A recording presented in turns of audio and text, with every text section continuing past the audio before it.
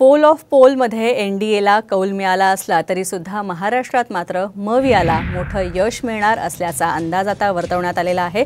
सगळ्यात मोठी अशी लक्षवेधी लढत म्हणजे पक्ष फुटून सुद्धा पवार आणि ठाकरे हे जोरदार कामगिरी करणार असल्याचा अंदाज या पोलमध्ये वर्तवण्यात आलेला आहे। त्यामुळे महाराष्ट्रात पवार आणि ठाकरेंचं नाणं हे खणखणीत आहे असं दिसतंय। त्यावरचाच हा रिपोर्ट। एक्झिट पोलचा कौल पवार ठाकरेंना। महाराष्ट्रात पवार ठाकरेंचंच नाणं खणखणी।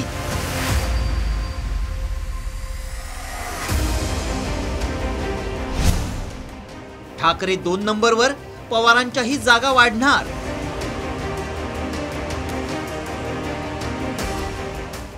लोकसभा निकालापूर्वी आलेल्या एक्झिट पोलच्या आकड्यांनी देशात पुन्हा एनडीएचं सरकार येणार असल्याचा अंदाज वर्तवलाय। महाराष्ट्रात मात्र भाजपच्या 45+ नाऱ्याला सुरुंग लागताना दिसतोय।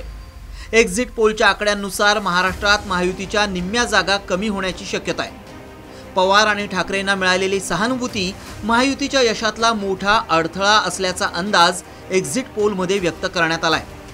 पाहुयात पोल ऑफ पोलचे आकडे। महायुतीला 26 तर मवियाला 21 जागा मिळू शकतात। इतरांना केवळ 1 जागा मिळणार असल्याचा अंदाज व्यक्त करण्यात आलाय। शिवसेना आणि राष्ट्रवादी काँग्रेसमध्ये फूट पडल्यानंतरही राज्यात ठाकरेंची शिवसेना दुसऱ्या नंबरचा पक्ष म्हणून उदयाला येणार असल्याचा अंदाज व्यक्त करण्यात आलाय। तर पवारांच्या जागांमध्ये तब्बल दुपटीनं वाढ होण्याचा अंदाज पोल ऑफ पोलमध्ये दाखवण्यात आलाय।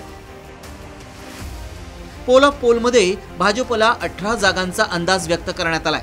शिंदेंच्या शिवसेनेला 7 जागा तर अजित पवारांच्या राष्ट्रवादीला 1 जागा मिळण्याची शक्यता व्यक्त करण्यात आली आहे। मवियात काँग्रेसला 6 जागा मिळण्याची शक्यता असून उद्धव ठाकरेंच्या शिवसेनेला 9 जागा मिळण्याचा अंदाज व्यक्त करण्यात आलाय। शरद पवारांच्या राष्ट्रवादीला 6 जागा मिळण्याची शक्यता आहे।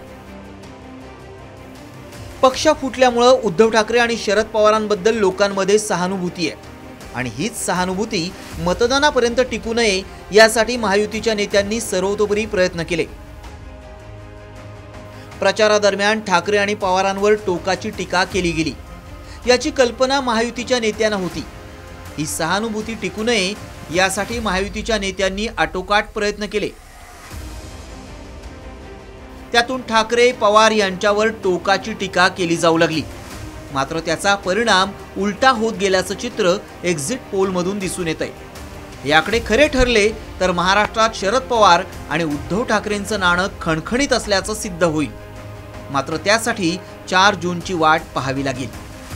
ब्युरो रिपोर्ट, साम टीव्ही न्यूज।